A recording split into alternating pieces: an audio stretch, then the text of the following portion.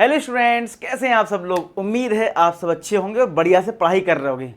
मैं लेके आ गया हूँ सीक्वेंस एंड सीरीज का एक दमदार वन शॉट जिसमें सारे कॉन्सेप्ट प्रैक्टिस सब कुछ कवर होगा और आप पुराने सेशन को बहुत प्यार दे रहे हो, इसके लिए तहे दिल से शुक्रिया। तो आने वाले वीडियोस भी आपको एनडीए की प्रिपरेशन में एक लेवल ऊपर लेके जाएंगे। चलिए स्टार्ट करते हैं, सीक्वेंस एंड सीरीज समझते हैं। भाई सीक्वेंस एंड सीरीज है क्या। तो भाई सीक्वेंस एंड सीरीज में अगर मैं बात करूँ, सबसे पहले समझते हैं सीक्वेंस क्या होता है।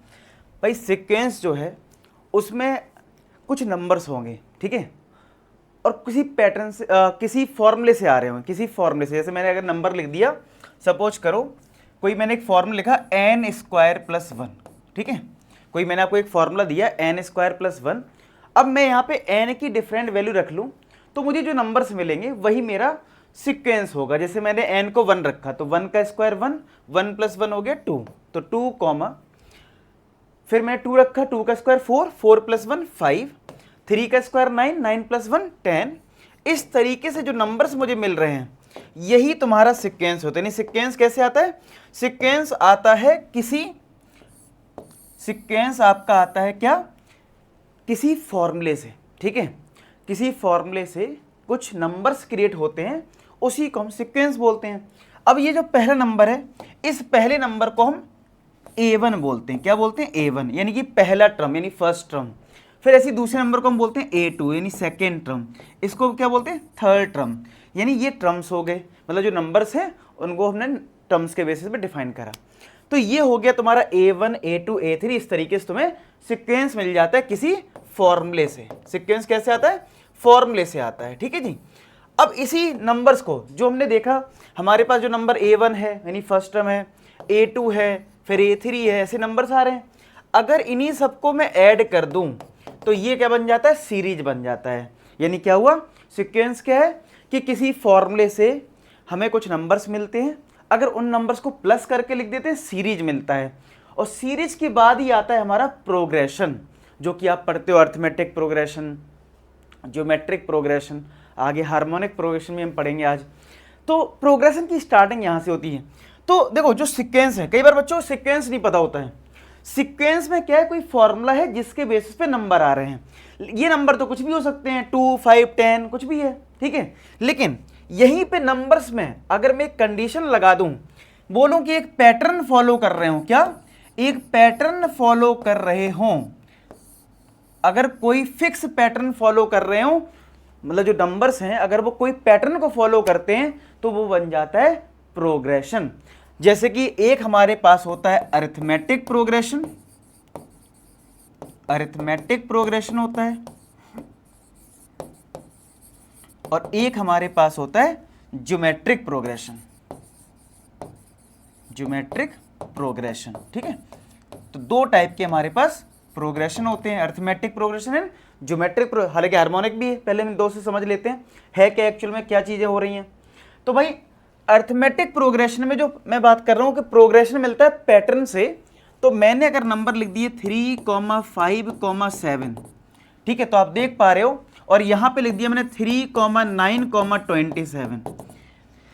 क्या आपको इसमें कुछ पैटर्न नजर आ रहे हैं, तो आप कहोगे हाँ सर कुछ पैटर्न तो नजर आ रहा है। क्या कि सर 2 का डिफरेंस है, 3 + 2 5, 5 + 2 7।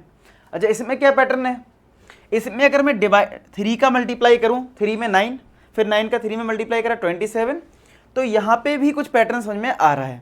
यानी कि अगर मैं इसको लिखूं 3, तो ये 3 का स्क्वायर है, फिर 3 का क्यूब है, यानी मल्टीप्लाई होता जा रहा 3 का, तो यहाँ पे भी कोई पैटर्न है। यानी सीक्वेंस क्या था, सीक्वेंस में कोई पैटर्न नहीं था, वो किसी फॉर्मूले से आया था और n की वैल्यू पुट होके हमें कुछ नंबर्स मिल गए। यहाँ पे कोई पैटर्न नहीं था, ऐसे नंबर्स मिल गए। लेकिन जब कोई फिक्स पैटर्न आ जाता है तो वो बनता है प्रोग्रेशन, जिसमें हमारे पास टाइप्स होते हैं अरिथमेटिक प्रोग्रेशन, ज्योमेट्रिक प्रोग्रेशन। तो भाई अरिथमेटिक प्रोग्रेशन किसको बोलते हैं, जब हमारे पास क्या होता है, जब हमारे पास होता है कॉमन डिफरेंस। क्या होता है, कॉमन डिफरेंस होता है, कॉमन डिफरेंस होता है, तो उसको हम बोलते हैं अरिथमेटिक प्रोग्रेशन। और जब कॉमन रेशियो होता है, क्या जब हमारा कॉमन रेशियो होता है तो उसको बोलते हैं ज्योमेट्रिक प्रोग्रेशन, ठीक है। तो भाई अब आप देख सकते हो, अगर ये मेरा A1 है, ये मेरा A2 है, ये मेरा A3 है, तो यहां पे अगर मैं A2 - A1 निकालूं तो 5 माइनस 3 2 आ रहा है। अगर मैं A3 माइनस A2 निकालूं तो 7 माइनस 5 ये भी 2 आ रहा है। तो इसी को बोलते हैं कॉमन डिफरेंस। तो ये D से डिनोट करते हैं, किससे डिनोट करते हैं? D से, ठीक है। तो यहाँ पे कॉमन डिफरेंस है, यानी जो पैटर्न फॉलो हो रहा है वो कॉमन डिफरेंस का फॉलो हो रहा है, इसीलिए इसको अर्थमेटिक प्रोग्रेशन बोला गया। और यहाँ पे अगर मैं देखूँ कि ये मेरा अगर A1 है और ये मेरा A2 है, ये मेरा A3 है, तो यहाँ पे डिवाइड करूँ अगर मैं A2 अपॉन A1 यानी 9 अपॉन 3 कितना आया? 3 आया। और मैं अगर A3 अपॉन A2 करूँ यानी कि 27 अपॉन 9 तो ये भी 3 आ रहा है। तो सेम नंबर आ रहा है, तो इसको हम कॉमन रेशियो को R से डिनोट करते हैं। किससे करते हैं? R से। और AP को हम कॉमन डिफरेंस को D से डिनोट करते हैं। क्या आपको समझ में आ गया प्रोग्रेशन क्या है?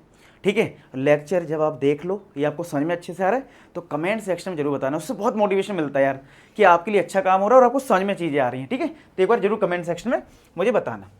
अब जो मैंने बताया कि अर्थमेटिक प्रोग्रेशन क्या है समझ में आ गया, जिसमें एक फिक्स पैटर्न फॉलो होगा। और फिक्स पैटर्न कौन सा पैटर्न होगा? जिसमें कॉमन डिफरेंस होगा। क्या होगा? जिसमें हमारा कॉमन डिफरेंस होगा। तो यहां से अब हमें क्या समझ में आता है? जैसे मैंने कहा कि नंबर्स हैं 3, 5, 7, तो आप क्या कह सकते हो कि जो डिफरेंस है डी कितना है? 2 है। तो 2 ऐड हो रहा है, ए में 2 ऐड हुआ 5 आया, 5 में 2 ऐड हुआ 7 आया।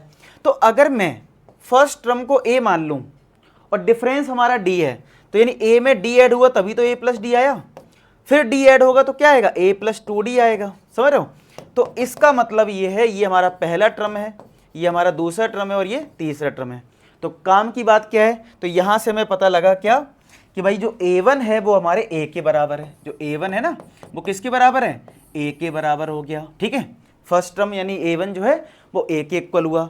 सेकेंड टर्म यानी a2 वो किसके बराबर हो गया? a प्लस डी के। a2 हमारा हो गया a प्लस डी के इक्वल। तो अब हमें क्या करना है? a3 की बात करूं तो a3 क्या हो गया? a प्लस 2d के इक्वल है। ठीक है, तो यहां से हमें पैटर्न मिलता जा रहा है। अब यहां से आपको क्या पता लग रहा है कि फर्स्ट टर्म जो है वो उसको हम a से डिनोट करेंगे, a1 को। ठीक है, a2 a plus D, a3 a plus 2d। तो ध्यान से देखें, थर्ड टर्म जो है उसमें d के साथ 2 आ रहा है, 2 में a2 में d के साथ 1 आ रहा है। तो इसका मतलब मैं एक कोई जनरल टर्म लिख लूं। क्या लिख लूं? एक, अगर मैं इसका एक जनरल टर्म लिख लूं, जनरल टर्म अगर लिखूं यानी कि an, तो वो क्या हो जाएगा? a प्लस, यहां पे d के साथ एक कम हो रहा है तो an में n माइनस 1 हो जाएगा। इससे बेनिफिट क्या होगा? इससे बेनिफिट ये होगा कि हम अब कोई भी टर्म फाइंड आउट कर सकते हैं। यानी कोई बोले 100th टर्म बताओ तो आप 99d कर देना, कोई बोले 1000 टर्म बताओ यहाँ 999d कर देना। क्या समझ में आया? तो हम nth टर्म इस तरीके से लिख सकते हैं। तो भाई nth टर्म, जनरल टर्म का फॉर्मूला मैंने आपको बता ही दिया। an का फॉर्मूला क्या है? a plus n minus 1 into d. N क्या है यहाँ पे? एन हमारा नंबर ऑफ टर्म है, a हमारा फर्स्ट टर्म है, d हमारा डिफरेंस है। अगर मैं इस पे एन डी पे देखूं कि कौन से क्वेश्चन पूछे गए हैं तो देखो क्या है, बोला sum of p plus qth term and p minus qth term of an AP is equal to, और ये ऑप्शंस दे रखे हैं। तो हमें क्या दे रखा? सम ऑफ, यानी प्लस करना है किसको? AP प्लस क्यू यानी p प्लस क्यूएथ टर्म को, और किसके साथ? p माइनस क्यूएथ टर्म के साथ, यानी कि हमें इन दोनों को ऐड करना है। एक बार क्वेश्चन आप पढ़ लें, वीडियो पॉज कर सकते हैं और क्वेश्चन समझने की कोशिश करें। क्या लिखा है? Sum of p plus qth term and p minus qth term of AP is equal to, किसके इक्वल है?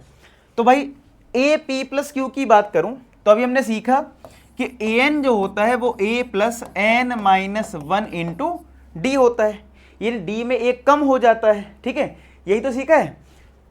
तो भाई इसमें क्या आएगा? a plus P plus Q, एक कम कर दो माइनस का 1, AP प्लस क्यू माइनस का 1 इंटू डी। और ऐसे इसमें अप्लाई करूंगा तो क्या आएगा? a प्लस p माइनस का q माइनस का 1 इंटू डी, यही आएगा। चेक कर ले, यानी कि a plus p plus Q minus 1 into D plus इसमें क्या आ जाएगा? a plus p minus Q minus 1 into D. अब a और a ऐड होके 2a आ गया, इसमें और इसमें d मिल रहा है कॉमन, तो यहां से आएगा p प्लस क्यू माइनस का 1 और यहां से आएगा p माइनस का q माइनस का 1। तो क्या यहां से q कट गया, तो 2a प्लस क्या ये 2p माइनस का 2 आया, ध्यान से देखो। और अगर मैं यहाँ पे 2 कॉमन ले लूँ तो क्या ये 2a plus 2 times p minus 1 into D आया। और अगर 2 पूरे में कॉमन ले लूँ तो क्या p माइनस 1 इंटू डी आया। अगर d के साथ p माइनस 1 है, क्या ये pth टर्म है, तभी तो एक कम हो रहा है, तो इसका मतलब ये 2pth टर्म है, क्योंकि pth टर्म होगा तभी तो d के साथ एक कम हो रहा है। तो क्या ट्वाइस ऑफ pth टर्म, कौन सा ऑप्शन है, क्या ऐसा ऑप्शन हमारे पास सी ऑप्शन है। समझ में आ रहा है क्या। तो ये एनडीए में पूछा जाने वाला क्वेश्चन है, 2019 में पूछा गया है, आया, उम्मीद है आपको समझ में आया हो अच्छे से, ठीक है।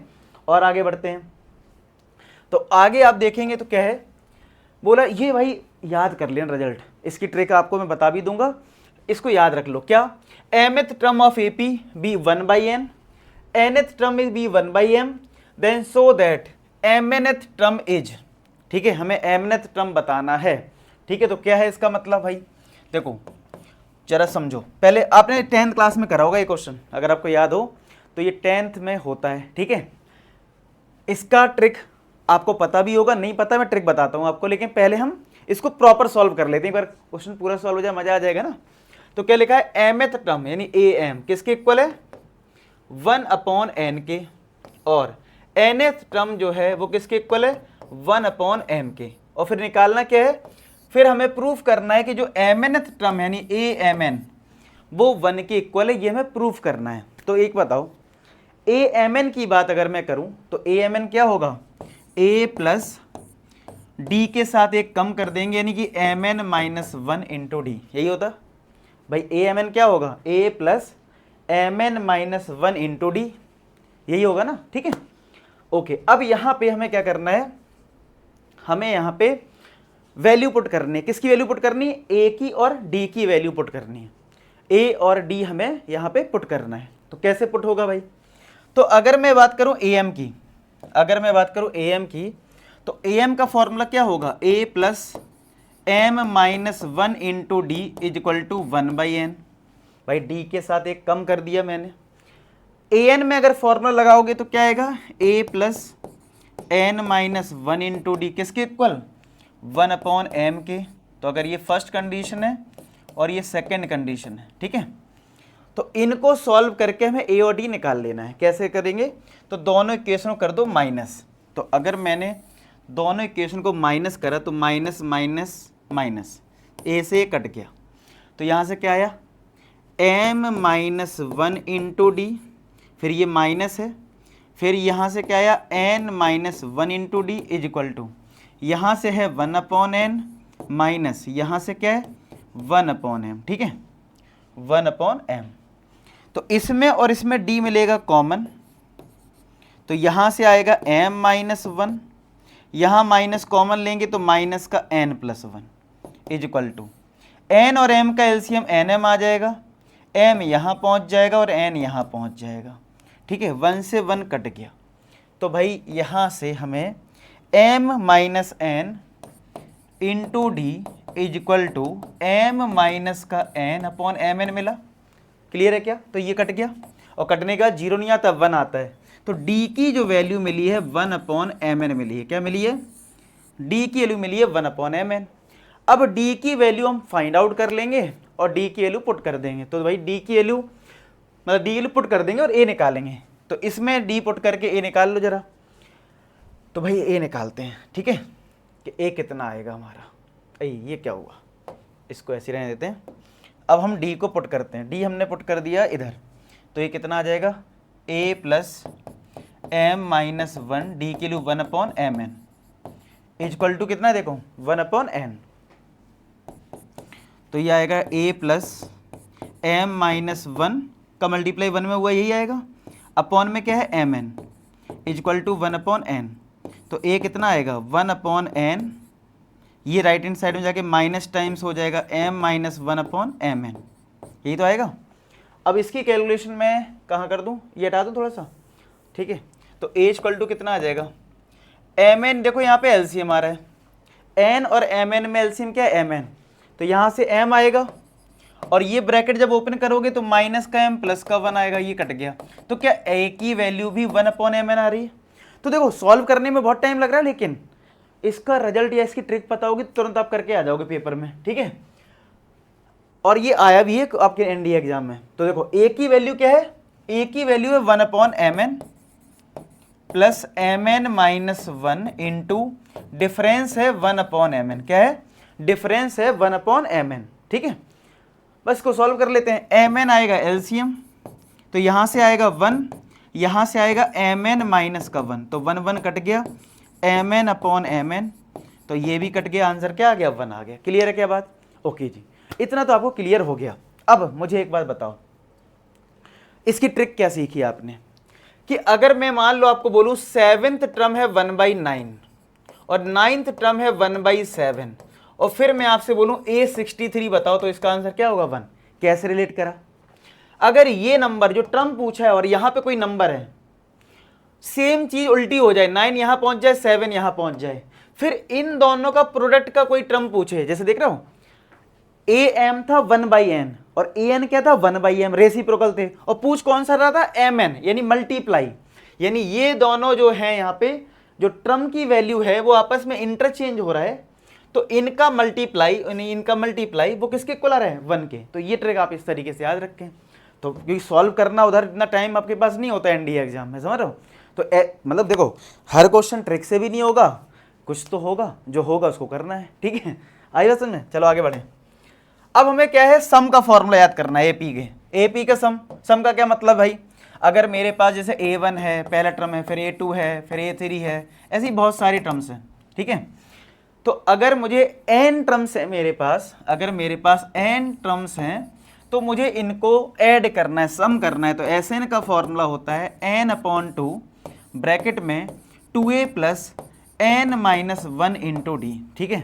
या फिर एक दूसरा भी फॉर्मूला होता है, n/2 ब्रैकेट में first term plus last term. तो भाई ये फॉर्मूले आप याद रखें, ये फॉर्मूले क्या हैं, ये फॉर्मूले आप याद रख लें। एक फॉर्मूला Sn का हमारा ये हो गया और एक फॉर्मूला Sn का हमारा ये हो गया, इनको आप नोट कर लें। और मैं तो कहूँगा जो मैं पढ़ा रहा हूँ उसके नोट्स आप बनाते जाएं तो आपको सारी चीज़ रिवाइज करने में आसानी रहेगी, ठीक है। तो Sn का फॉर्मूला क्या हो गया, n/2 2a plus n minus 1 into D, और एक और Sn का फॉर्मूला क्या हो गया, n/2 ब्रैकेट में a प्लस l, यानी first term plus last term. उम्मीद है आपको ये चीज़ अच्छे से समझ में आ गई हो, ठीक है। क्लियर है बात, यहाँ तक समझ में आ गया पक्का? ओके। तो Sn का फॉर्मूला आ गया n/2 2a plus n minus 1 D, और एक Sn का फॉर्मूला आ गया n/2 ब्रैकेट में a प्लस l, यानी first term plus last term, ठीक है। आगे बढ़ते हैं, चलो एक क्वेश्चन हो जाए। देखो अब इस क्वेश्चन में क्या है, देखो एनडीए कब आया, 17 में आया है। क्या लिखा है, एक Sn आपको दे रखा है, एक आपको Sn दे रखा है, क्या, np plus n times n minus 1 into q/2, और बोला है where Sn denotes sum of n terms, find the common difference. देखो कॉमन डिफरेंस कैसे आता है, डिफरेंस की बात करूं तो second term minus first term से आ जाता है। अगर मुझे AP का पहला टर्म पता हो, दूसरा टर्म, उनको मैं माइनस कर दूंगा, मुझे मिल जाएगा। लेकिन यहाँ तो Sn है, सम ऑफ n टर्म्स है, तो कैसे करेंगे, कोई दिक्कत नहीं है। अगर आपको Sn दिया जाए तो पहले आप n को 1 पुट कर लेना, n को 2 पुट कर लेना, पहले इतना काम कर लो। चलो n को 1 रखा तो कितना आ रहा है, 1 into P, 1 minus 1 into q/2, 1 minus 1 zero हो जाएगा, ये पूरा टर्म ही जीरो हो गया, नहीं यहाँ से तो p आया।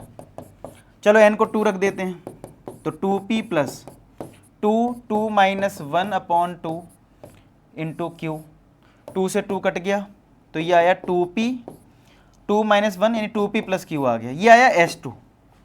चलो Sn का मतलब क्या होता है, Sn का मतलब होता है सम ऑफ टू टर्म, सब Sn का मतलब होता है सम ऑफ n टर्म्स।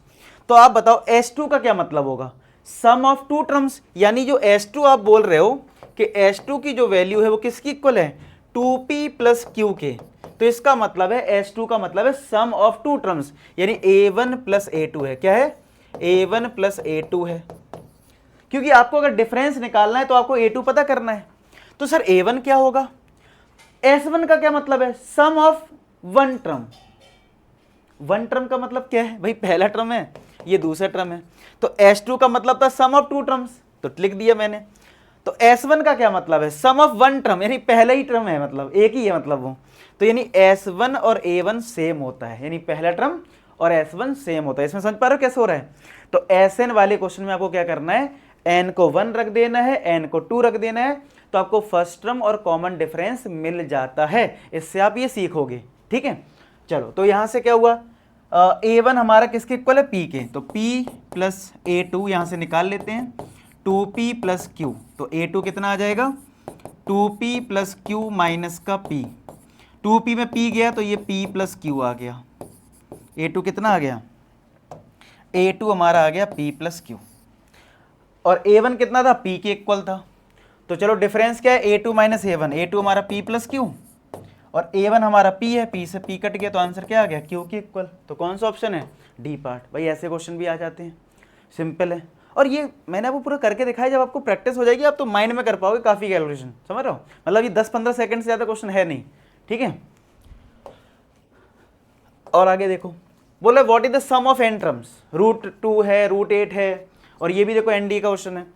तो आपको √2 √8 इनका सम करना है, √18 √32 प्लस डॉट डॉट डॉट, इनका हमें क्या करना है, सम फाइंड आउट करना है। तो भाई देखो √2 तो भैया √2 ही है, कोई दिक्कत नहीं है, ठीक है। √2 तो हमारा √2 है, उसमें तो हमें कुछ करना नहीं है, छेड़ा छाड़ी। अब √2 कितना होता है, √8 कितना होता है, 2√2, 8 के अगर प्राइम फैक्टर करोगे 2 आएगा ना, पेयर बाहर आ जाएगा। ऐसे 18 करना 3√2 आएगा, ऐसी 32 को करना 4√2 आएगा। और कितने टर्म्स हैं, n टर्म्स हैं ऐसे। तो इनमें आपको क्या दिख रहा है, कुछ कॉमन मिला क्या, कुछ कॉमन मिल रहा है, क्या कॉमन मिल रहा है सर, √2 मिल रहा है कॉमन, ले लो भाई √2 कॉमन। तो ब्रैकेट में क्या बचा, यहाँ से 1, यहाँ से 2, यहाँ से 3, ऐसी 4 और यहाँ पे n टर्म्स। तो क्या ये फॉर्मेट जो 1 2 3 है, क्या ये AP में है, यस AP में है। तो क्या AP में है तो SN का फॉर्मूला लगा दें, लगा दो सर। तो √2 ब्रैकेट क्या होता है AP का फॉर्मूला, n/2 ब्रैकेट में 2 इंटू कितना होता है a मतलब पहला टर्म 1 प्लस n-1 डिफरेंस भी इसमें 1 ही है, देखो सिंप्लीफाई कर देते हैं। तो √2 n/2 2 प्लस n-1, ये इसको कैंसिल कर देगा तो n/√2 आ जाएगा, क्योंकि 2 जो होता है √2 इंटू √2 होता है, एक कट जाएगा। और यहाँ से n+1 बचा, तो n इंटू n+1 अपॉन √2, क्या वो C पार्ट में, n into n+1 upon √2, n into n+1 upon √2। उम्मीद है आपको ये अच्छे से समझ में आ गया हो, ठीक है। अब भाई ये देखो ये कैसा क्वेश्चन आया है, इसमें क्या क्या यूज हो रहा है। A person is to count 4500 notes, यानी कि नोट जो है 4500 हैं, उनको काउंट करना है।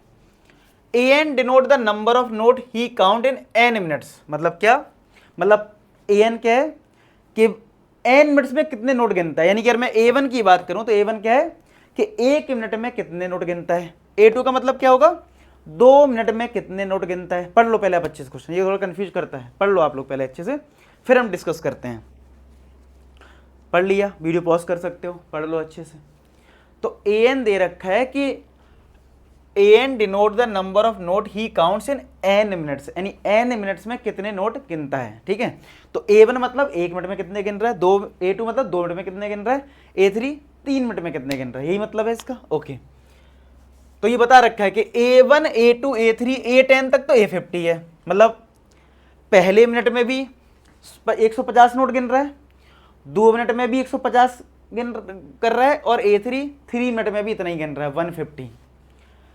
लेकिन उसके बाद क्या हो रहा है, a10 a11 a12 ये AP में है, a10 a11 a12 और आगे भी AP में है, और विथ कॉमन डिफरेंस इज -2, यानी कि a10 तो हमें पता ही है 150 है, यानी 11 मिनट में डिफरेंस जो है वो -2 हो गया है, क्योंकि ये AP में तो है और डिफरेंस क्या है -2।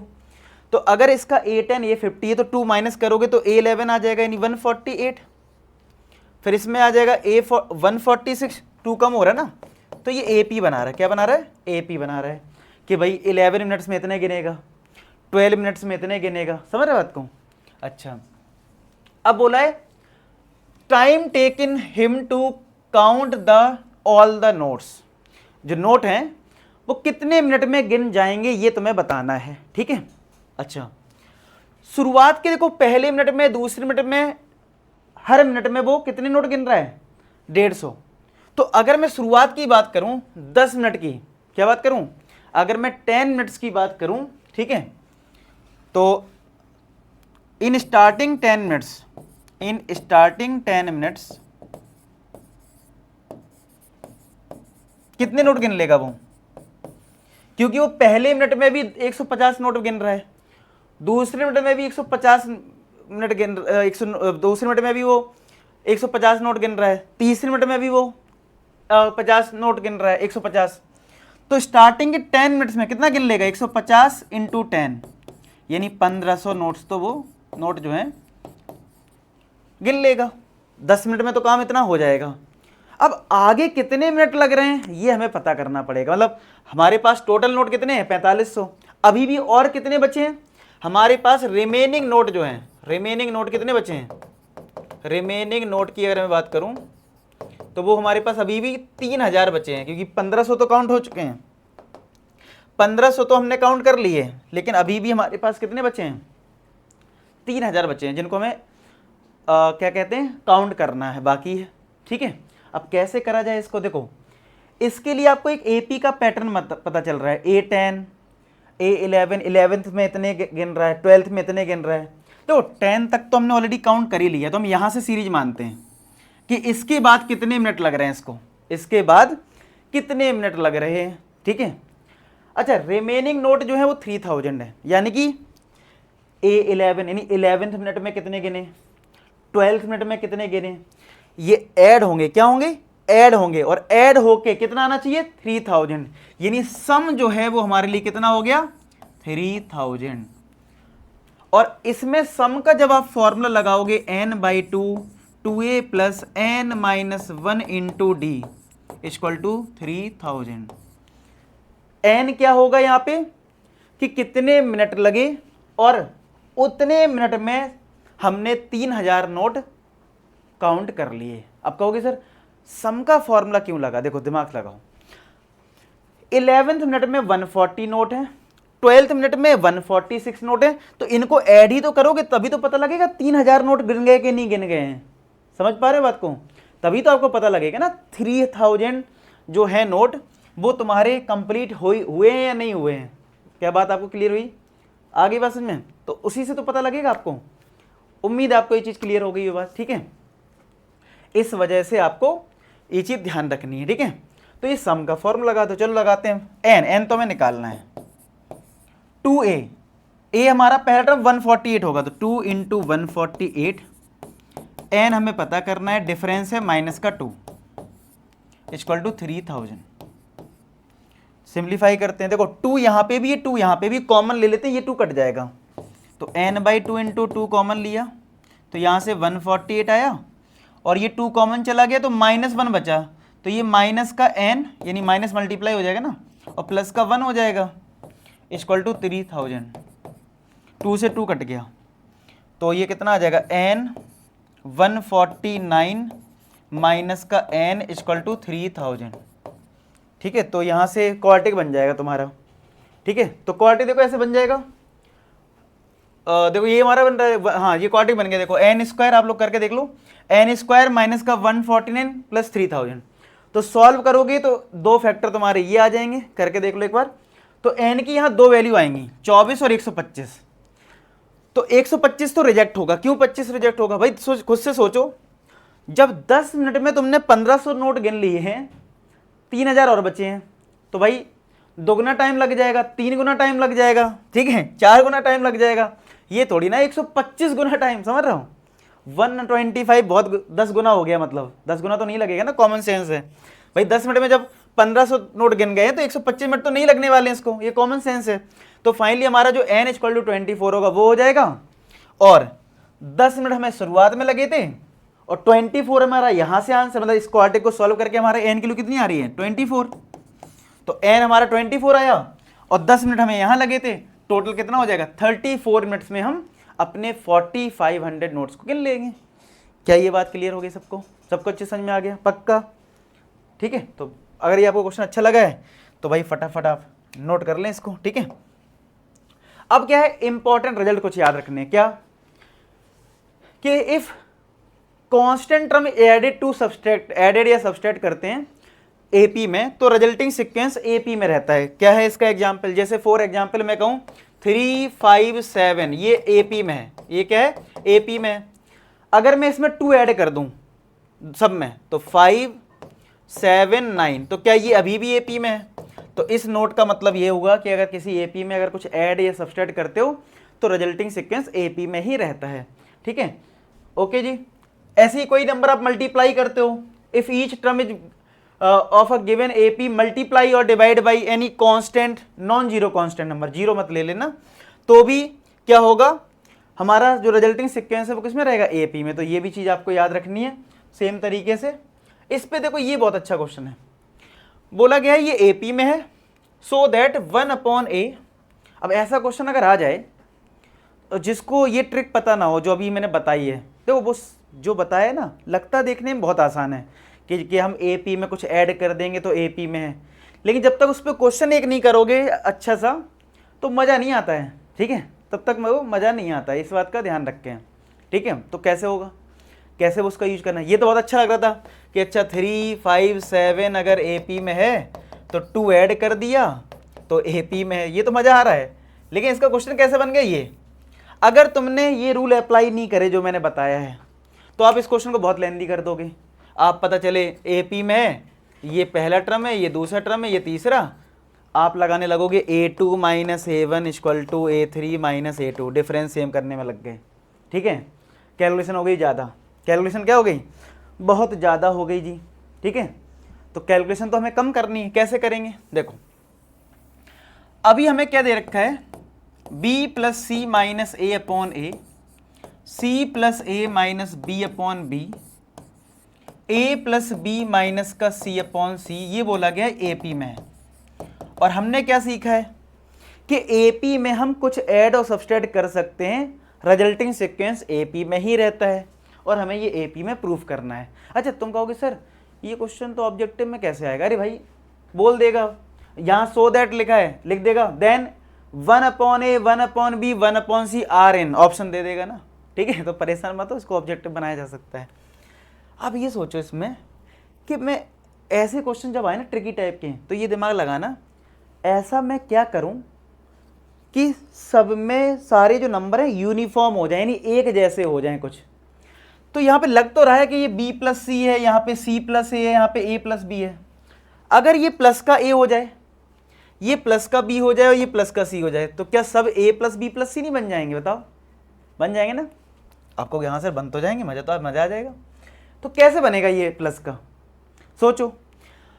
तो अगर मैं सब जगह ध्यान से देखना 2 ऐड कर दूं, कितना ऐड कर दूं, 2 ऐड कर दूं। अब आप कहोगे सर 2 ऐड क्यों कर दिया, अभी पता लग जाएगा मैंने 2 ऐड क्यों करा भाई। अच्छा 2 ऐड कर सकता हूं ना, तब भी रिजल्टिंग सीक्वेंस किस में रहेगा, एपी में, क्योंकि अभी सीख लिया है कि अगर कोई सीक्वेंस एपी में है तो कुछ ऐड और सब्सट्रैक्ट कर सकते हो, कर दिया 2 ऐड। अब 2 ऐड क्यों करा, जिससे कि आप अगर a एलसीएम लेंगे तो b + c - का a और ये प्लस का 2a आएगा, और 2a - a क्या हो जाएगा, प्लस का a, और मुझे प्लस का करना था। अभी डिस्कस कर रहे थे ना कि यहाँ प्लस हो जाए, यहाँ प्लस हो जाए, यहाँ प्लस हो जाए, तो आ जाएगा ना प्लस का a। लगा दो मैं थोड़ा वीडियो पॉज करके, ऐसे इसमें हो जाएगा। ये b एलसीएम लिया तो c + a - का b प्लस का 2b, a + b - का c प्लस का 2c/2। तो क्या ये b + c + a/a आ गया, ये c + a प्लस का b/b आ गया, और ये a + b प्लस का c/2 आ गया। ये 2 डिवाइड, एक मिनट, हाँ नीचे तो b है, सॉरी एक मिनट, ये नीचे c था ना, इस वाले में b था, इस वाले में हमारा c था, तो ये b इधर c। ठीक है, तो आप देखो सब में a + b + c, a + b + c, a + b + c है। और अब हमने ये भी पढ़ा है कि अगर कोई एपी में है तो डिवाइड भी कर सकते हैं। तो अगर मैं सबको a + b + c से डिवाइड कर दूं तो क्या मिलेगा, a/b 1, मतलब ये डिवाइड हो गया तो 1/a, ये 1/b, ये 1/c, तो भी ये रिजल्टिंग सीक्वेंस किस में रहेगा, एपी में। हो गया प्रूफ। मज़ा आया, उम्मीद है ये क्वेश्चन करने के बाद मज़ा आ गया होगा। वीडियो में कमेंट सेक्शन में ज़रूर बताना यार, ठीक है। उम्मीद है आपको ये क्वेश्चन बहुत अच्छा लगा हो। अब देखो तीसरी प्रॉपर्टी क्या कहता है, in a finite AP sum of terms equidistant from beginning and is always same and is equal to the sum of first and last term. हो सकता है इसकी लैंग्वेज आपको समझ में ना आए तो मैं आपको अलग तरीके से समझा देता हूँ। जैसे मैं कहूँ 3 लिखा है, 5 लिखा है, 7 लिखा है, 9 लिखा है। अगर मैं लास्ट पहला और लास्ट टर्म ऐड कर रहा हूँ तो 3 + 9 कितना आया 12। तो second and second last term उनका सम भी सेम ही आएगा, यानी 5 + 7 12 आएगा। ठीक है, जैसे फॉर एग्जाम्पल अगर मैं इस पर क्वेश्चन बना दूं, मैं कहूँ लिखा है 3, A, B और ये 9 है, और मैं आपसे बोलूँ A + B बताओ, A + B बताओ, तो बहुत आसान तरीके से कर दो। क्या इन दोनों का सम जो है वो इसके इक्वल होगा, इनके सम के, तो A + B किसके इक्वल होगा, इनके सम। 9 + 3 12, काम खत्म। मतलब अगर मैंने पहला और लास्ट लिया तो सेकेंड लास्ट और यहां से सेकेंड टर्म इनका सम आपस में क्या होता है, इक्वल होता है। इस तरीके से आप इसको याद रखना। फिर है कि अगर 3 नंबर ABC AP में है तो याद रखो मिडिल टर्म का डबल, मतलब अगर मैं कहूँ ABC AP में है, अब रूल याद रखो, ये बार बार बताना ना पड़े, मिडिल टर्म का डबल वो किसके इक्वल होता है, sum of first and last, first and third बोलूँ सीधा। मतलब क्या, अगर ABC AP में है तो मिडिल टर्म का डबल यानी B का डबल कितना 2B किसके इक्वल होता है, A + C के। सिंपल, ठीक है, क्लियर होगी बात। अगर ABC है तो मिडिल टर्म का डबल 2B करा वो किसके इक्वल है, A + C के। उम्मीद है आपको ये समझ में आ गया हो। क्लियर है क्या बात, पक्का, ओके। तो 2B = आया कैसे, कोई बोले कैसे आ गया सर, तो देखो ABC अगर AP में है तो B - A किसके इक्वल होगा, C - B के। भाई common difference, second term minus first term = third term minus second term. तो B को इधर ले जाओ तो B + B, A को इधर ले जाओ A + C, तो क्या 2B = A + C आ जाएगा। 2B = क्या आ गया, A + C। तो याद, अब लेकिन याद रखो कि मिडिल टर्म का डबल जो होता है वो सम ऑफ फर्स्ट एंड थर्ड होता है। अब हमें क्या है यहाँ पे सीखना है सिलेक्शन ऑफ टर्म्स। मैं इसको अलग से सिखा देता हूँ।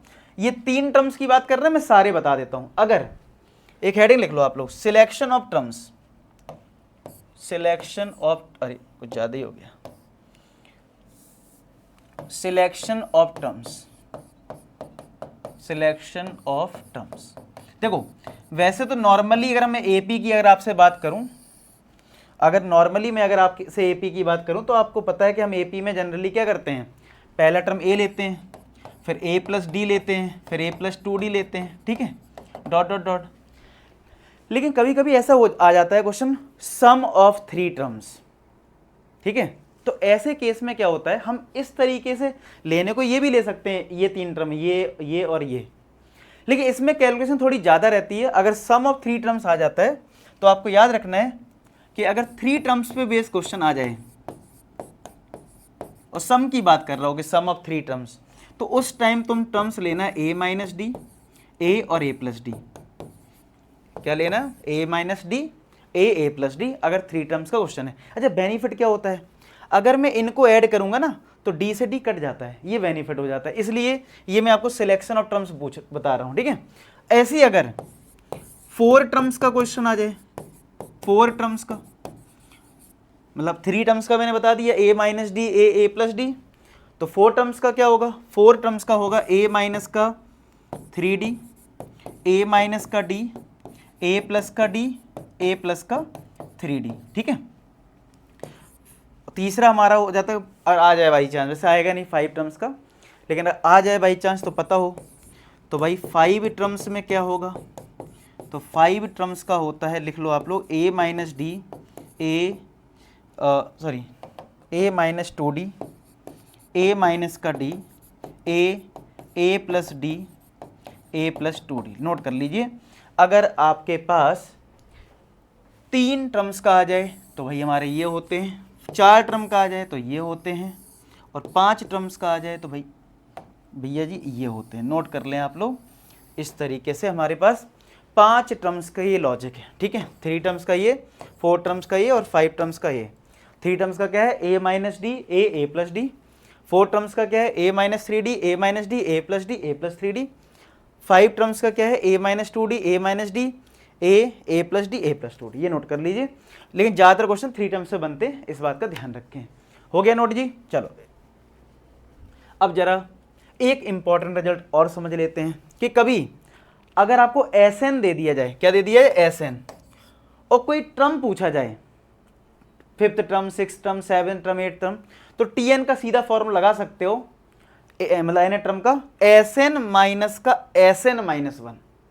ठीक है, ये फॉर्मूला आप याद कर रख लें, इससे आपको Tn डायरेक्ट मिल जाता है। नहीं तो फिर पता क्या करना पड़ेगा, फिर वही रूल है, आपको एक क्वेश्चन मैंने करवाया कि Sn दिया है ना, तो पहले आप n को 1 रख लेना, फिर n को 2 रख लेना, तो S1 मिल जाएगा S2, फिर उससे आप A1 निकालना, A2 निकालना, फिर डिफरेंस निकालने के बाद टर्म्स निकाला जा सकता है ना, तो थोड़ा लेंदी हो जाएगा। तो आप डायरेक्ट याद रखो ये वाला फॉर्मूला। ठीक है, इस पे ये क्वेश्चन भी आया हुआ है एनडी में, वो करवा देता हूँ। देखो इसमें क्या बोला गया है, बोला 5th टर्म बताओ और सम दे रखा है n टर्म्स का, Sn दे रखा है n स्क्वायर माइनस का 2n, मतलब आपको सम गिवन है।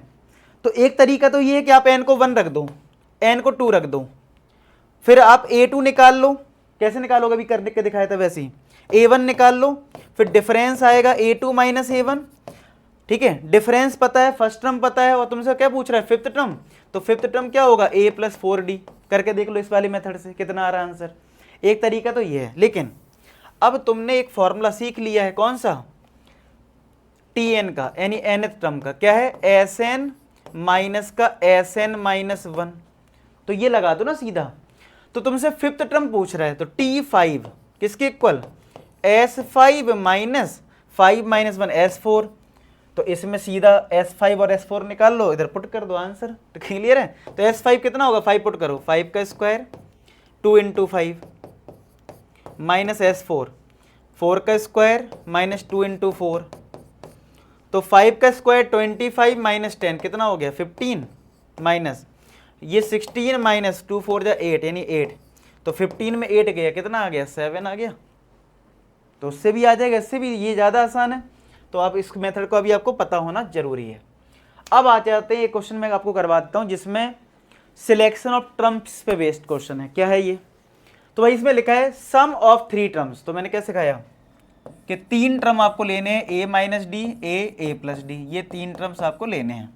ठीक है, तो क्या लिखा है इसमें, sum of 3 terms of A P is -3, यानी इन सब को ऐड कर दो किसके इक्वल, -3 के। तो a माइनस डी प्लस का a plus D, a plus D किसके इक्वल है, -3 के इक्वल है। मतलब sum of 3 numbers of A P is -3।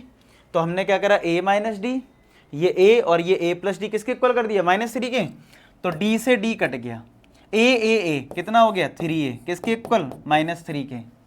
तो a की जो वैल्यू है क्या वो -1 आ जाएगी।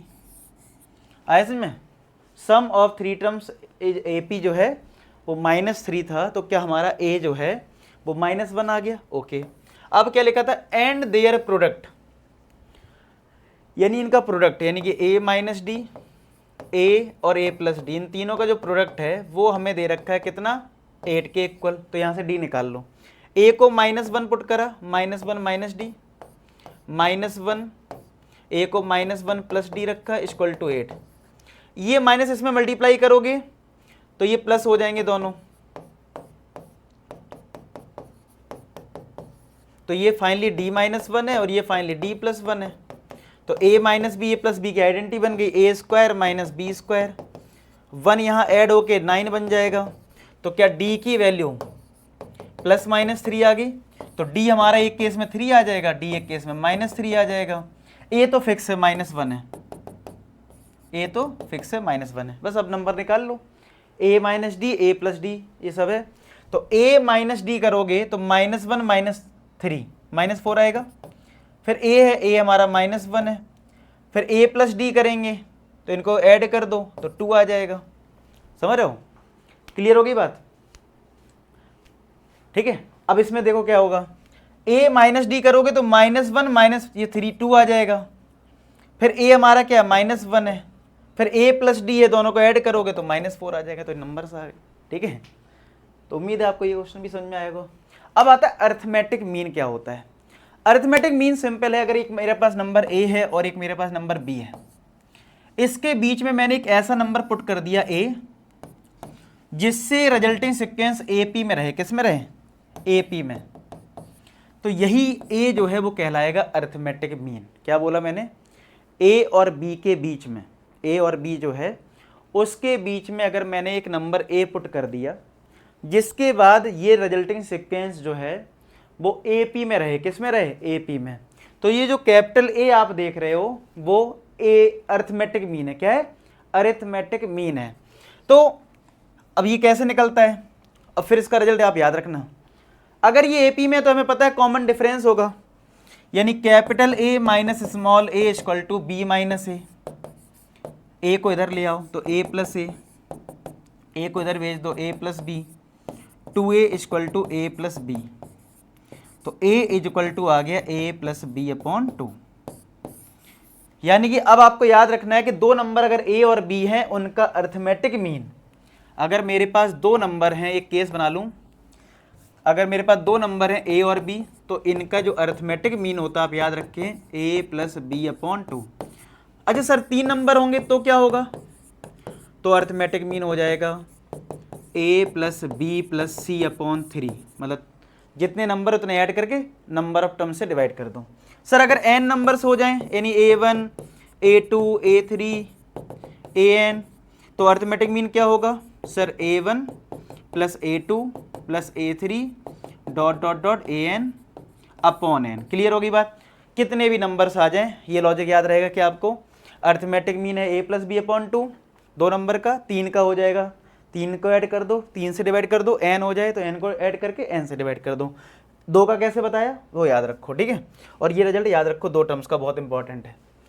अब हमें एक क्वेश्चन आता है कि a और b के बीच में हमने n अरिथमेटिक मीन को इंसर्ट कर दिया, तो बहुत सारी बुक में फॉर्मूले दिए होते हैं, मैं कह रहा हूं कोई फॉर्मूला याद मत करना।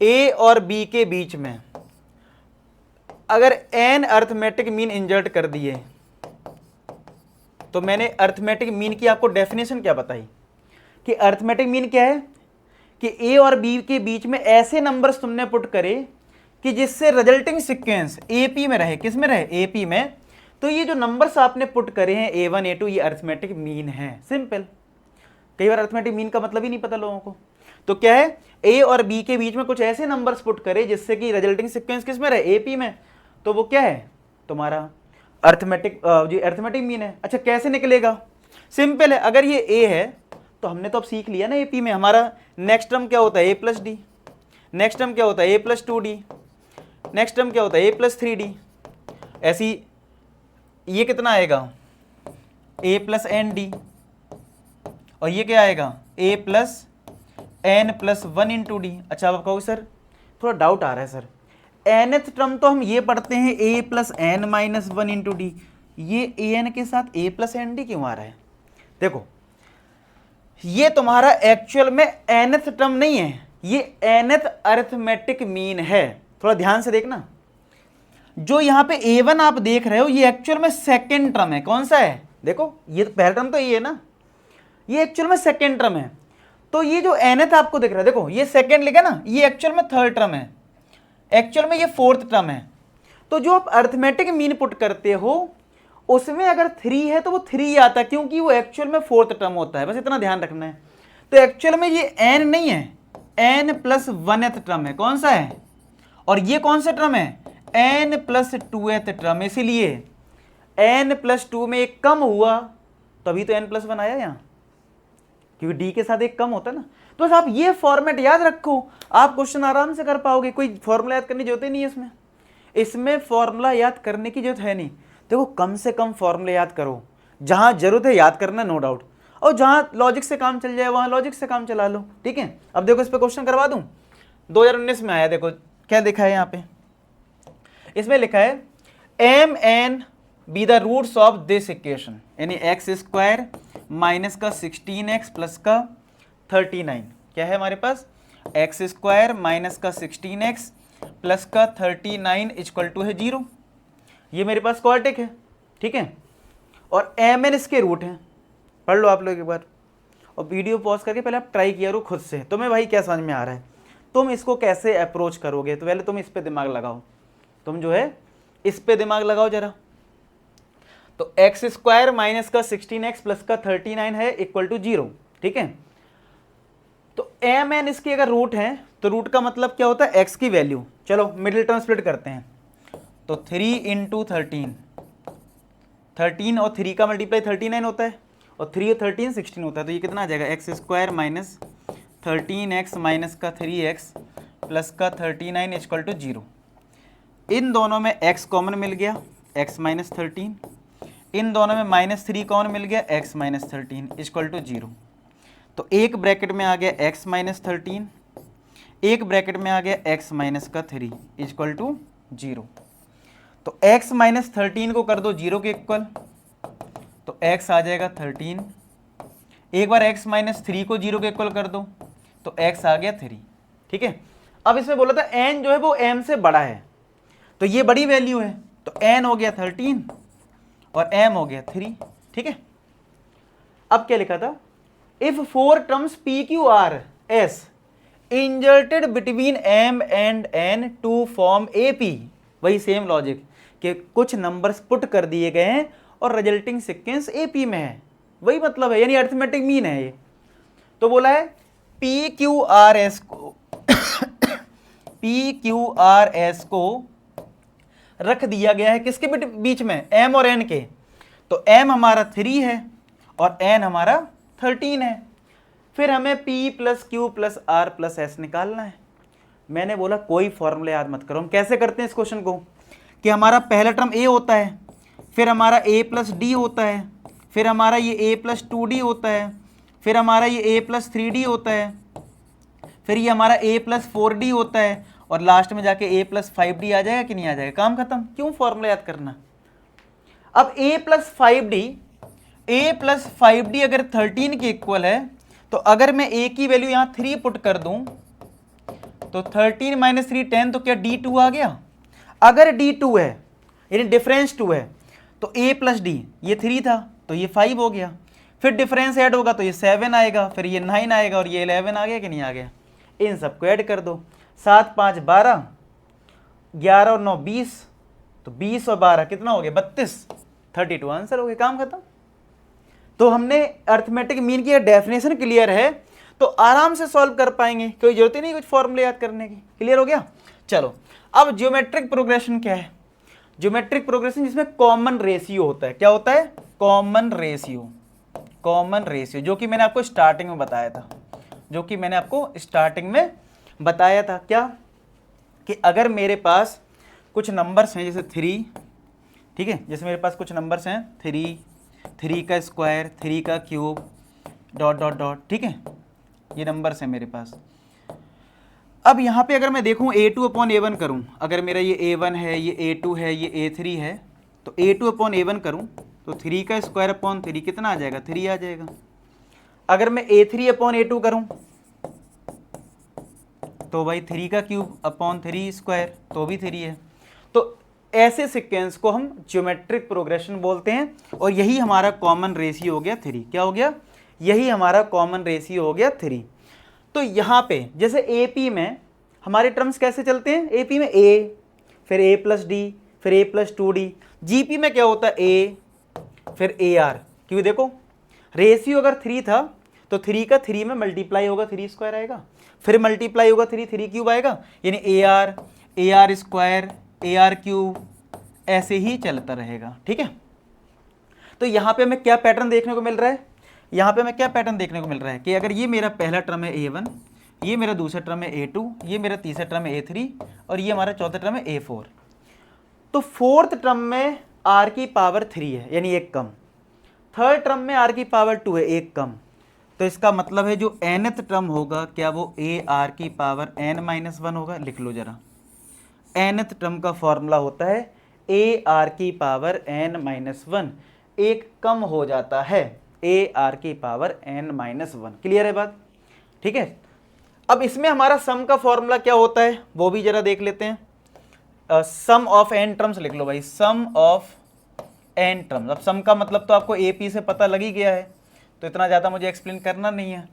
तो Sn का यहाँ फॉर्मूला होता है A ब्रैकेट आर की power n minus 1 upon r minus 1, और एक ये होता है r ग्रेटर देन 1, और एक होता है r लेस देन 1 के लिए, वो होता है ए ब्रैकेट 1 माइनस आर की पावर n, मतलब ये उल्टा लिख देते हैं, ठीक है, r के लिए। अच्छा सर r के लिए 1 हो जाए तो तब तो वो AP ही रहेगा, जैसे मैं कहूँ रेशियो 1 है, यानी 3 3 3 3, समझ रहा हूँ, फिर वो AP GP दोनों हो जाएगा, ठीक है, तो वो तो सीधा भी ऐड कर सकते हो डायरेक्ट अगर रेशियो 1 है। तो ये दो फॉर्मूले हैं सम के।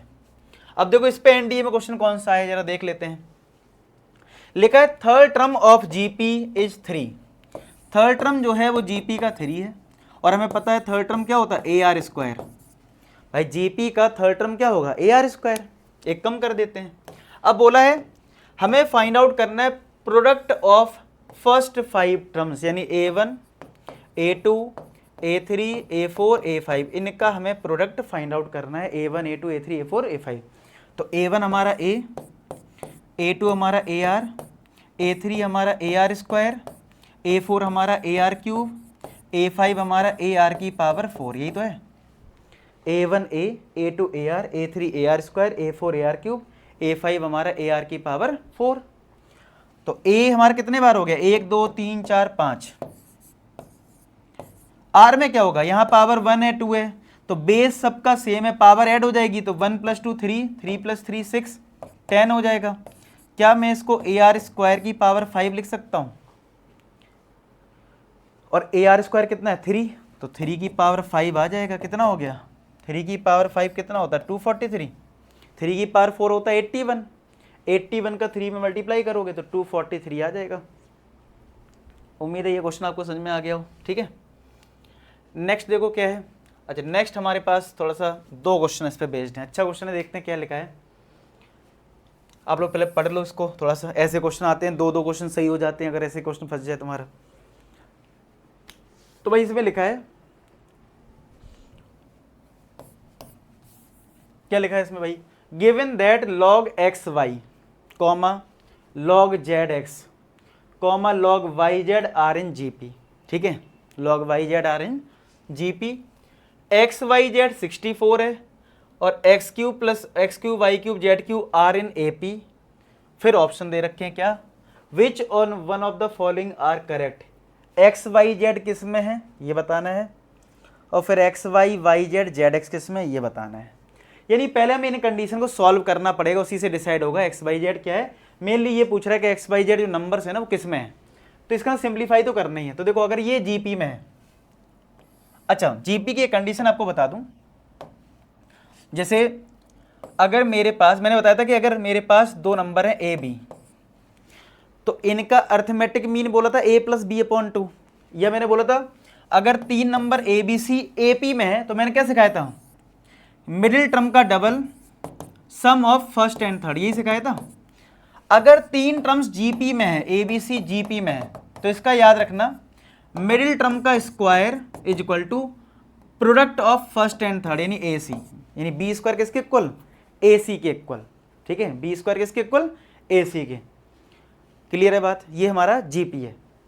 और कैसे आया होगा भाई, रेशियो सेम होता है, तो B/A इक्वल टू C/B, तो क्रॉस मल्टीप्लाई करेंगे तो B स्क्वायर किसके इक्वल आ जाएगा AC के इक्वल आ जाएगा, ठीक है ना, B स्क्वायर किसके इक्वल आ जाएगा AC के, इस वजह से।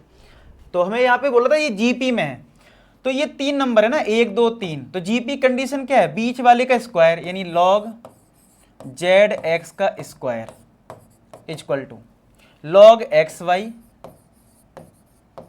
Into log yz। अब यहाँ पे थोड़ी बहुत लॉग की प्रॉपर्टी यूज होंगी, तो भाई तुम्हें पता होना चाहिए। लॉग वाला अगर लेक्चर नहीं देखा, मैंने लॉग पे वीडियो बना रखी, बढ़िया कम टाइम में आप अच्छे से चीज़ें कवर कर सकते हो। प्लेलिस्ट आपको मिल जाएगी संकल्प सीरीज से, तो उसमें आप लॉग का लेक्चर ढूंढ के कर लेना, ठीक है। तो लॉग की प्रॉपर्टी होती है कि अगर ये बेस में और ये इधर लिखा है तो इसको हम log y upon log x लिख सकते हैं, और इसको हम log z upon log y लिख सकते हैं। अब ये लॉग की प्रॉपर्टी आप देख लेना, ये कट जाएगा, ये होल स्क्वायर है, और ये बन जाएगा log x upon log z, square है तो ये इसका भी स्क्वायर हो जाएगा और ये इसका भी स्क्वायर हो जाएगा। तो ये log x इसके साथ जाएगा तो log x का होल क्यूब आएगा, लॉग जेड स्क्वायर इसके साथ जाएगा तो लॉग जेड का होल क्यूब आ जाएगा, क्यूब से क्यूब हट गया तो log X equal to log Z आ गया। तो यहाँ से हमें x इक्वल टू जेड मिल गया, x इक्वल टू क्या मिल गया, जेड मिल गया। ठीक है जी, और देखते हैं क्या क्या दे रखा था। और दे रखा है एक्स वाई जेड है 64, एक्स वाई जेड है 64। तो अगर x और z बराबर है तो x वाई जेड को भी मैंने अगर x रख दिया 64, यानी एक्स स्क्वायर वाई किसके इक्वल है, 64 के। अब इसको यहीं छोड़ देते हैं, अब आगे और देखते हैं क्या मिलेगा। ये तुम्हारे एपी में है, तो एपी की कंडीशन क्या है, मिडिल टर्म का डबल, क्या सिखाया है मैंने, बोला था याद कर लेना, मिडिल टर्म का double sum of first and third यानी X cube plus Z cube. अब एक्स और जेड मेरा अगर बराबर है तो जेड को अगर मैं एक्स क्यूब रख दूं, मतलब एक्स रख दूं, तो ये 2x क्यूब हो गया और ये 2y क्यूब है, 2 से 2 कट गया यानी y cube equal to x cube. तो यहां से क्या आ गया, x बराबर y। यहां से आया था x बराबर y, यहां पे आया था y x बराबर y।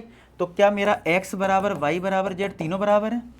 अगर तीनों नंबर बराबर आ गए तो ये एपी जीपी दोनों में रहेंगे। किस में रहेंगे, क्यों, मैंने बताया ना 3 3 लिखा है, मान लो कोई नंबर, मान लो for example X Y Z सब बराबर है, तो रेशियो भी सेम आएगा और डिफरेंस भी सेम आएगा, यानी एपी भी होगा और जीपी भी होगा। ठीक है, फिर बोला x Y y z z x के बारे में बताओ।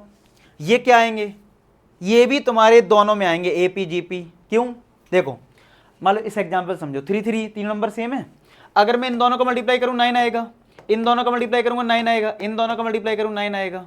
तो ये नंबर किस में आए हैं, एपी में तो है, जीपी में भी है, डिफरेंस भी सेम है और रेशियो भी सेम है। तो एपी जीपी दोनों के आंसर क्या आ जाएगा, बोथ एपी एंड जीपी। ये अगर आपको मल्टीप्लाई करके बोल रहा है कि मल्टीप्लाई करके बताओ क्या आ रहा है, तो एपी जीपी दोनों आ रहा है। ठीक है, उम्मीद है आपको समझ में आया हो। जैसे हमने एपी में सिलेक्शन ऑफ टर्म सीखा था, ऐसे ही आपको जीपी में भी सीखना है। क्या सीखना है, जीपी में भी। लिख लो, अगर जीपी में मुझे 3 टर्म्स लेने हैं, 3 टर्म्स, तो हमें लेने होंगे a upon r, a r. याद रखने की ट्रिक समझ लो, एपी में मैंने लिखवाया था a minus D A plus D लिखवाया था ना, माइनस की जगह यहां डिवाइड आएगा और डी की जगह आर आएगा। देखो याद हो गया, माइनस की डिवाइड, ए अपनी जगह और प्लस की जगह मल्टीप्लाई। ठीक है, 4 टर्म्स का मैंने क्या लिखवाया था, 4 टर्म्स का, सॉरी 3 टर्म, हाँ 4 टर्म्स का मैंने लिखवाया था, अगर आपको याद हो एपी का, a माइनस का 3d, a माइनस का d, a प्लस का d, a प्लस का 3d, ये लिखवाया है। तो उसके हिसाब से यहाँ कितना आएगा, देखो माइनस का मतलब डिवाइड, तो a, d की जगह r आएगा और जो मल्टीप्लाई में वो पावर में आएगा, नहीं a by r cube, minus की जगह डिवाइड यानी a बाई आर, प्लस की जगह मल्टीप्लाई, प्लस की जगह मल्टीप्लाई, लेकिन यहाँ जो पावर जो मल्टीप्लाई में वो पावर में आएगा यानी ए आर क्यूब। याद रहेगा क्या, ऐसी 5 टर्म्स का लिखवाया था मैंने, क्या लिखवाया था 5 टर्म्स का एपी में, a minus 2d, a minus D, A plus D, A plus 2d, ये लिखवाया था। तो उसके हिसाब से माइनस है तो डिवाइड में आएगा यानी a अपॉन मल्टीप्लाई वाला पावर में जाएगा और d की जगह r यानी ए आर स्क्वायर, फिर a बाई आर, फिर ए आर स्क्वायर। क्या आप समझ पा रहे हो पैटर्न से, तो याद रहेगा ना। कुछ कुछ ट्रिक्स आपको बीच में पता होनी चाहिए, किससे आप कैसे याद रख सकते हैं। उम्मीद है आपको इसी सिलेक्शन ऑफ टर्म्स का याद रहेगा जीपी में। अब हमें याद रखना है कि इनफाइनाइट जीपी आ जाए, मतलब नंबर लिखें 3 स्क्वायर 3 क्यूब, लेकिन ये इनफाइनाइट है, क्या है इनफाइनाइट, यानी हमारे पास जो जीपी है वो कैसी है, ए आर फिर ए आर स्क्वायर, और ये इनफाइनाइट टर्म्स हैं। तो सम ऑफ एन टर्म्स तो मैंने लिखवा दिया था। अब ये इनफाइनाइट जीपी का फॉर्मूला लिख लो आप, a अपॉन 1 माइनस आर। इस पे क्वेश्चन पूछा जाता है, इनफाइनाइट जीपी पे क्वेश्चन पूछा जाता है, a अपॉन 1 माइनस का आर। एस इनफाइनाइट जो है वो क्या आ गया, a अपॉन 1 माइनस का आर। ठीक है, एस इनफाइनाइट क्या है, a अपॉन 1 माइनस का आर। तो देखो इस पे क्वेश्चन देखो 17 में पूछा गया है, क्या है, find the value of the product of this, और ये इनफाइनाइट टर्म्स है, इसमें 6 की पावर 1/2 मल्टीप्लाई 6 की पावर 1/4 मल्टीप्लाई 6 की पावर 1/8 मल्टीप्लाई 6 की पावर 1/16। क्या इनका बेस सेम है? यस, फॉर्मूला मैंने लिखवाया ए अपॉन 1 माइनस आर। हाँ, तो बेस सेम है तो पावर ऐड हो जाएगी, 1/2, 1/4, 1/8 डॉट डॉट डॉट ऐसे ही चल रहा है, इनफाइनाइट है ही। ध्यान से देखो, क्या ये नंबर्स जीपी में है? आप कहोगे हाँ सर है, क्यों डिवाइड करोगे ना, तो डिवाइड करो रेशियो निकल आएगा, यानी 1/4 अपॉन 1/2, 2 टाइम्स कट जाएगा, यानी 1/2 रेशियो आ रहा है 1/2 इसका। इधर भी डिवाइड करोगे 1/2 आएगा, यानी जीपी है। और ये इनफाइनाइट जीपी है, क्या है? Infinite GP. तो इनफाइनाइट जीपी का फॉर्मूला क्या है? ए अपॉन, तो ए कितना है? फर्स्ट टर्म 1/2, फर्स्ट टर्म है 1/2, फिर नीचे क्या है? 1 माइनस का आर, आर भी यहाँ पे 1/2 है, तो 6 की पावर 1/2, 1 में 1/2 जाएगा, ये भी 1/2, ये पूरा कट गया, 6 की पावर 1, तो कितना आंसर आ गया? 6, ए पार्ट आ जाएगा। आया समझ में? तो कुछ कुछ क्वेश्चन बहुत इजी होते हैं, बिल्कुल डायरेक्ट फॉर्मूला बेस्ड होते हैं, फटाक से आंसर निकल जाता है। ज्योमेट्रिक मीन क्या है? Simple process. अगर मेरे पास एक नंबर ए है, एक नंबर बी है, इसके बीच में अगर कोई नंबर मैं पुट कर दूं जिससे रिजल्टिंग सीक्वेंस जीपी में आ जाए, तो ये ज्योमेट्रिक मीन होगा। ठीक है, अब हमें पता है जीपी में है तो क्या होगा? रेशियो सेम होगा, जी अपॉन ए, बी अपॉन जी, तो क्रॉस मल्टीप्लाई करोगे, जी स्क्वायर किसके इक्वल आ गया? ए बी के, तो जी आ गया रूट ए बी। तो इसका मतलब अगर मेरे पास दो नंबर हैं ए और बी, तो इनका ज्योमेट्रिक मीन होता है square root of a b. ये अगर 3 नंबर हो तो लिख लो इस तरीके से, शॉर्ट नोट्स बना लो, बहुत कम टाइम में कोशिश कर रहा हूँ चैप्टर को अच्छे से करवा दो, नोट्स बना लेना इसके। अगर 3 नंबर ए बी सी आ जाएं तो ज्योमेट्रिक मीन हो जाएगा cube root of a b c. जैसे ए एम में क्या था? A plus b plus c upon 3, लेकिन जी एम में क्या होगा? Cube root of a b c. Sorry, दूसरा। तीसरा तरीका क्या हो सकता है? अगर मेरे पास n नंबर्स आ जाएं, a1 a2 a3 an, और ज्योमेट्रिक मीन पूछा जाए, तो a1 a2 को मल्टीप्लाई कर देना an तक, और यहां ले लेना nth रूट। क्या ले लेना?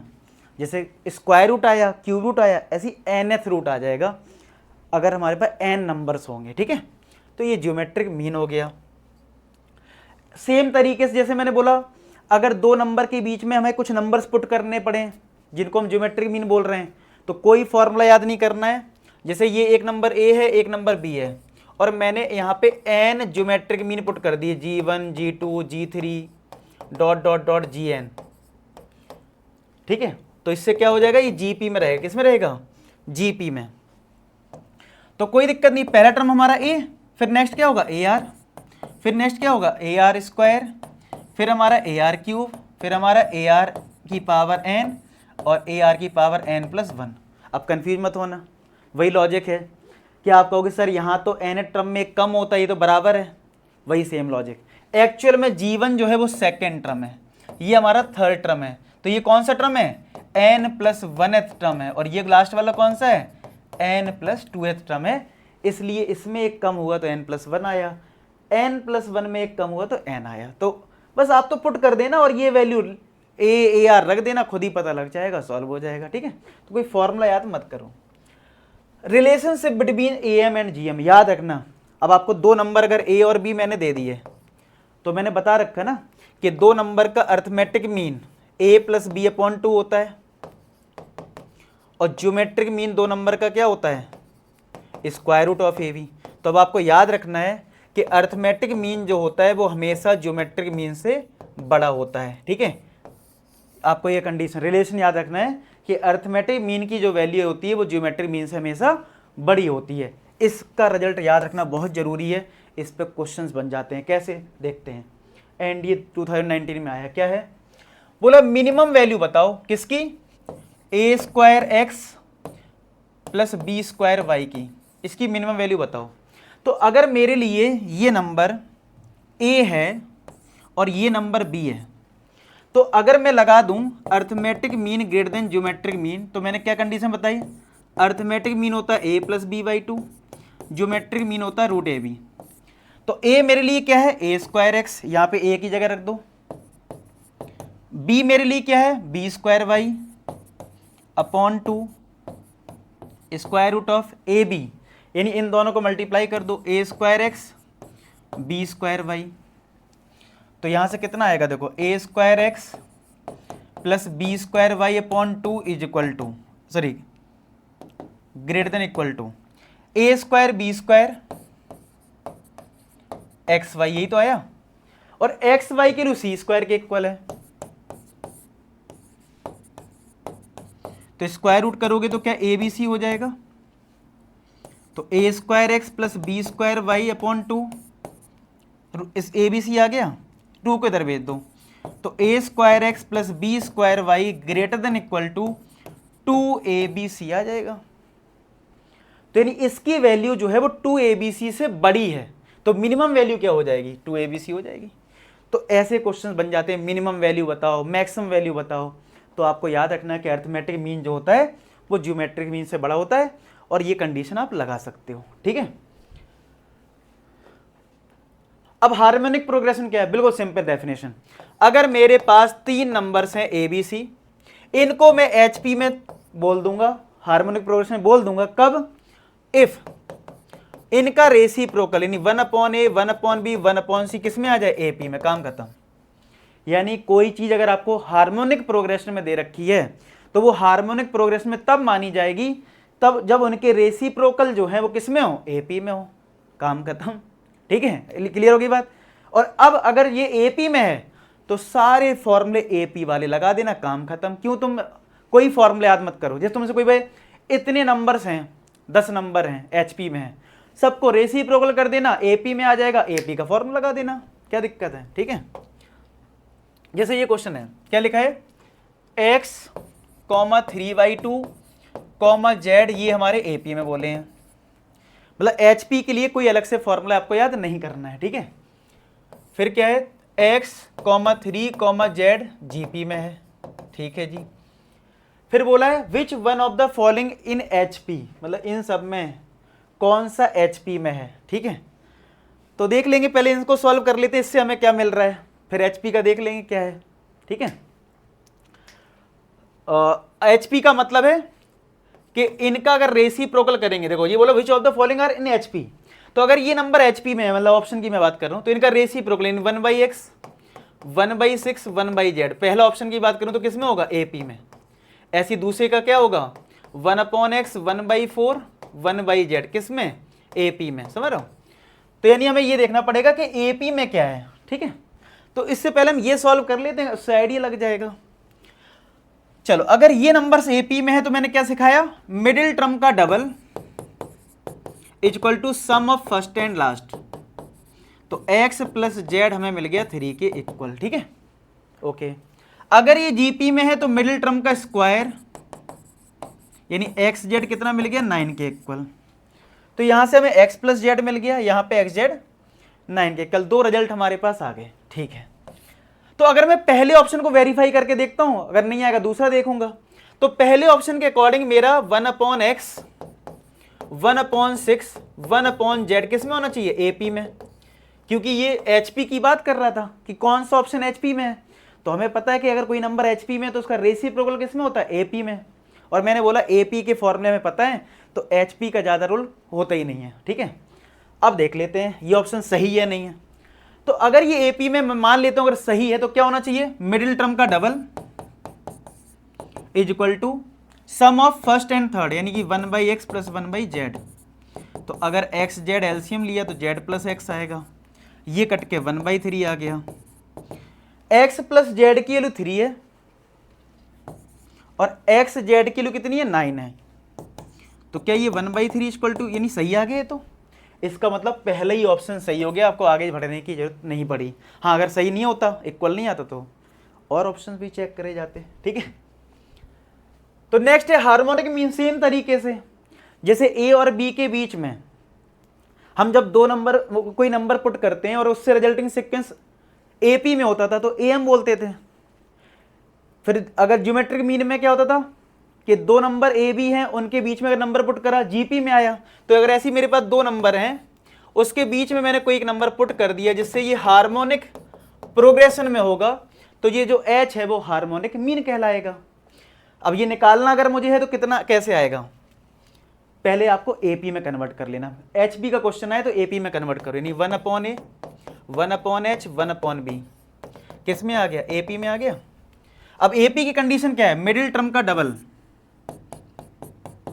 Equal to sum of first and third. तो अगर मैं रेसिप्रोकल करूं, ठीक है, अभी नहीं मतलब इस तरीके से, तो 2/h किसके इक्वल आ गया, ए बी। अगर एलसीएम लूंगा तो क्या a प्लस बी आएगा। अब रेसिप्रोकल कर दूं तो h की वैल्यू कितनी आ जाएगी, यहां से ये इधर गया इधर, 2ab/a प्लस बी आ गई। तो यानी हार्मोनिक मीन हो गया 2ab/a प्लस बी। तो याद रखो ये रिजल्ट, ठीक है, क्लियर हो गया।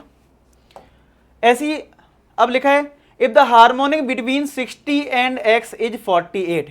तो हार्मोनिक मीन कितना दे रखा, 48। अब हार्मोनिक मीन का फॉर्मूला क्या है, 2 नंबर का, 2ab/a प्लस बी। तो 2ab/a प्लस बी लगा दो, x निकल जाएगा। तो 2a कितना है 60, b कितना है x/60 plus x equal to 48। Cross multiply यार तुम लोग कर लेना, तो x की वैल्यू कितनी आ जाएगी, 40 आ जाएगी, ठीक है। तो ये करके देख लेना, तो ये 40 आपका आंसर आ जाएगा। मतलब फॉर्मूला याद रख लो, कोई दिक्कत नहीं है। फिर हमें, जैसे मैंने आपको एम जीएम में एक रिलेशन बताया था, ये था जीएम की वैल्यू एचएम से भी बड़ी होती है, तो ये एचएम जीएम और एचएम में रिलेशन आ जाता है। और ये लास्ट टॉपिक है, बस खत्म हमारा, सारा कुछ कंप्लीट कर दिया मैंने बहुत कम टाइम में। बहुत बड़ा चैप्टर था लेकिन जल्दी कंप्लीट करा है, सब कुछ बता दिया है। बस अब जाके प्रैक्टिस कर लेना धुआंधार, और वीडियो का फीडबैक कमेंट सेक्शन में बता देना। उम्मीद करता हूँ ये लेक्चर बहुत अच्छा लगा हो। मिलते हैं नेक्स्ट वीडियो, तब तक अपना ख्याल रखो, पढ़ाई करते रहो। लास्ट में एक ही बात बोलूँगा कि आप सभी सफल हो। धन्यवाद।